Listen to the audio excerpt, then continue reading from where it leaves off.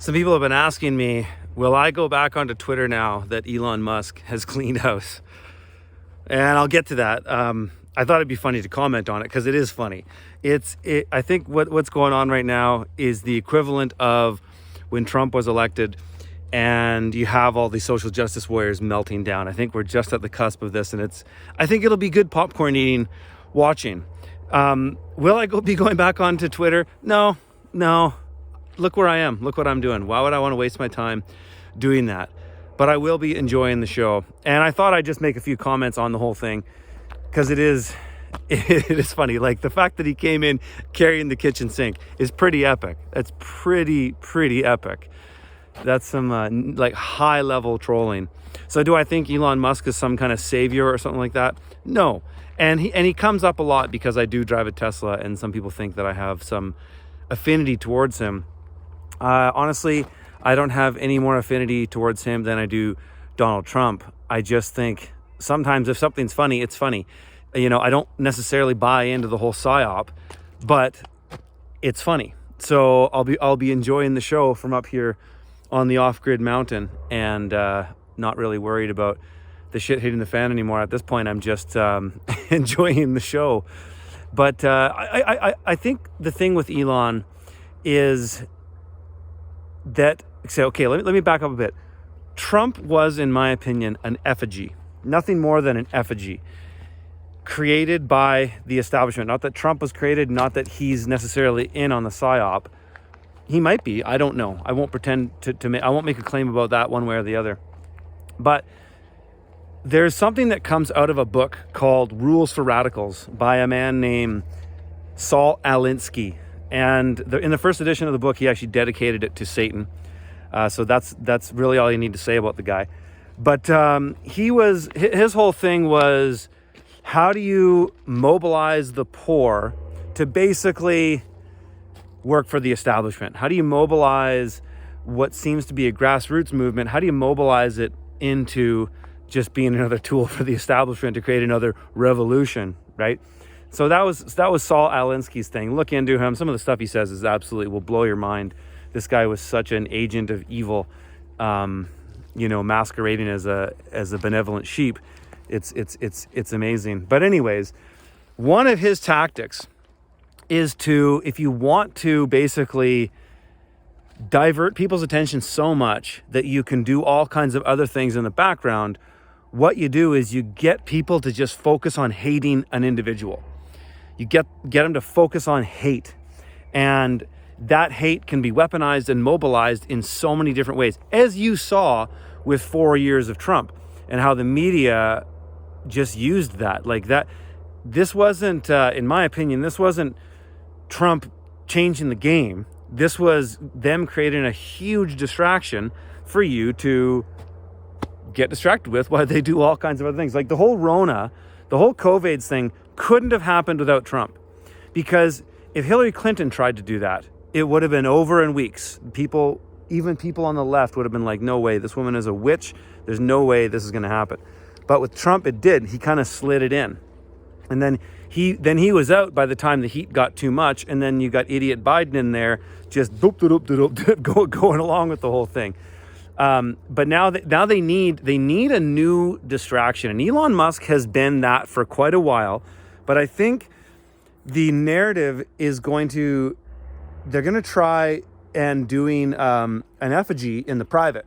And I don't mean that term in the sort of lawful legal sense that I talk about in some of my live streams and stuff. I just mean they're going to take the heat off the government and start using it on the corporate side. And we're going to see in the next number of years a lot more corporations becoming the front end of culture. They already are, but even more so. I think we're going to see corporate citizenship. I think when AI becomes more in the open and public, we've already seen, in Dubai, they gave personhood to was it in Dubai, in the United Arab, somewhere around there, they gave legal personhood to a robot.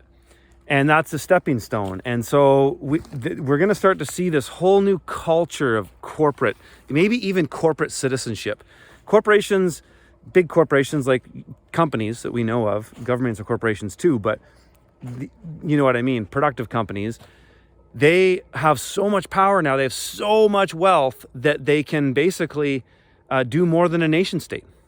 And this is part of where we're going with this. I've talked about it in previous videos, this sort of corporate fascisto communism really going to start to be led by corporations. And I think Elon Musk might be one of the main iterations of that. And it's going to continue. And I think we could see with Musk taking over Twitter, we'll enjoy the ride like with Trump, but don't get too hung up in just this wag the dog stuff, because all these things, when these big news cycles happen, it's just a way to distract you.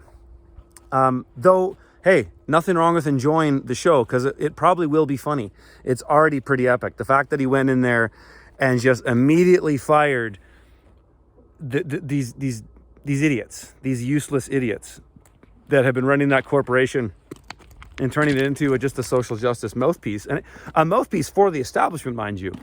So, is Musk a good guy? I don't know. Is he a bad guy? I don't know. But the thing is, whether you think he's a good guy or a bad guy or not, be aware of the narrative. Be aware of them creating so much news that's pulling people's attention into something, away from something, and steering it into something that they can mobilize in some way. Because remember, the Saul Alinsky tactic is to create an effigy. And I think we're in this sort of era of effigies. And you can even argue over the last 2 years of lockdowns, Fauci and some of these cronies are also effigies. Because as more information of this whole thing comes out, and the fact that deaths, just average deaths, are up 17% in all kinds of different places around the world, countries that have huge populations, just deaths are up. Why? For a bunch of variety of reasons that we all know. We all know what those reasons are. And there's going to be a lot of people getting angry in the next little while as this unfolds, and more information comes out about what was done over the last 2 years. People are going to be really angry, and they're going to need to channel that anger and hatred to something or someone. And the old Saul Alinsky trick of creating an effigy is, in my opinion, what we're going to see. And that's probably what this Elon Musk thing is all about. But hey, we'll see. I could be wrong. I've been wrong in the past. But be aware of it, and don't wag the dog. If you're gonna pay attention to the hype and the BS, just laugh and make fun of it. Don't get angry about it. Don't get caught up in the spin. Don't get caught up in arguing and fighting with people about it. Who cares? Do your thing, crush it, make things happen. Nothing wrong with enjoying the show. I enjoy the show more than ever, now that I don't live in the hellhole cities.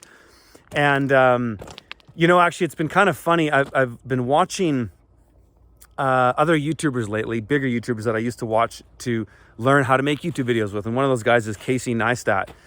And he makes great videos. He's a very entertaining guy. He has an incredible way of producing content. And he really changed the whole game on how content was created. And I think for a lot of good reasons. But he's also a bit of a liberal who isn't really woken up to what the hell's going on. But I've been watching his videos lately, and it seems to me like the guy might be suffering from a little bit of cognitive dissonance. He did a video recently. He did two videos that really caught my attention. One was about how insane New York is with all these people, and just this sort of just showing the moral degeneracy of big cities. But that wasn't his spin. That's my spin. That's what I'm witnessing him show. And then he did another video about Kanye West and how Kanye, he's so bummed, and he's basically just Casey Neistat's a funny guy because he can take a really unique spin on something that the narrative and all the left-wing media is saying. He'll just repeat the same thing like he did. He made a video about Hillary Clinton around the time when she was running against Trump, and it was like facepalm. It was just, you're telling people to vote for a witch? Like, I think since that he moved to California for a while, he's come back to New York. I think it's starting to set in for him especially because he was probably friends with Kanye West or maybe knew him to some degree. And he's slowly waking up because he's going, yeah, this liberal urban moral degeneracy sucks. And he's a family guy too. He has kids, and he's probably putting it all together. I hope. I'm praying for Casey, and I'm hoping that a lot of good will come out of this stuff. You know, while there's all these psyops going, all this World War III, in my opinion, this cultural, economic, technocratic, spiritual warfare that's been going on for a while, you know, it's sometimes good to just take a step back and realize that life is good. And as long as you're moving towards moving towards something better, and whatever that better is, then you're winning. And it doesn't matter what's going on around you, because those are other people's realities. Those are situations you don't even have to get yourself into. But as all of this madness is going on around you, crush it. Do your thing. Make things happen. Just keep moving forward. As long as you're moving forward, making yourself better, and continuing to make the world a better place in your own way, you're winning. And so don't get caught up in the spin. Don't get caught up in the wagging the dog. Make fun of it. Enjoy it. Have a laugh. Ultimately, have a laugh. Because what I've said this before is, if at one point in your life, and this is what I say to friends of mine who are really negative, and they're truthers, and they're people that just have such a dystopian look on everything happening, is that let's just assume, for the sake of your position, which is we're all going to be in the gulag. People say this to me in my videos. Oh, Curtis, they're coming for you eventually. Is that, okay, let's assume you're correct. Let's assume that in 10 years we all end up in a gulag. I don't believe that, but let's just assume that's correct. Do you want it to suck the whole way there? Or do you want to enjoy your life and then maybe end up in the proverbial gulag? I said this before, I'll say it again. I'll take a shot at freedom. I'll take a shot at enjoying my life. And who knows what'll happen, but I'll tell you what, I've got a better chance of that not happening if I'm doing my thing and crushing and being productive. And so that's it. Those are my thoughts. If you like this video, smash the like, subscribe to the channel. If you haven't, hit that notification bell, because I've had a lot of people, and I don't know if it's going to make any difference, but a lot of people in the comments reach out to me and say, hey man, I've been following you for years and I'm notified and I don't even see your videos. So share them, hit the notification, hit the like, subscribe. If you want to see my videos and more stuff like this, do that. Okay, take care.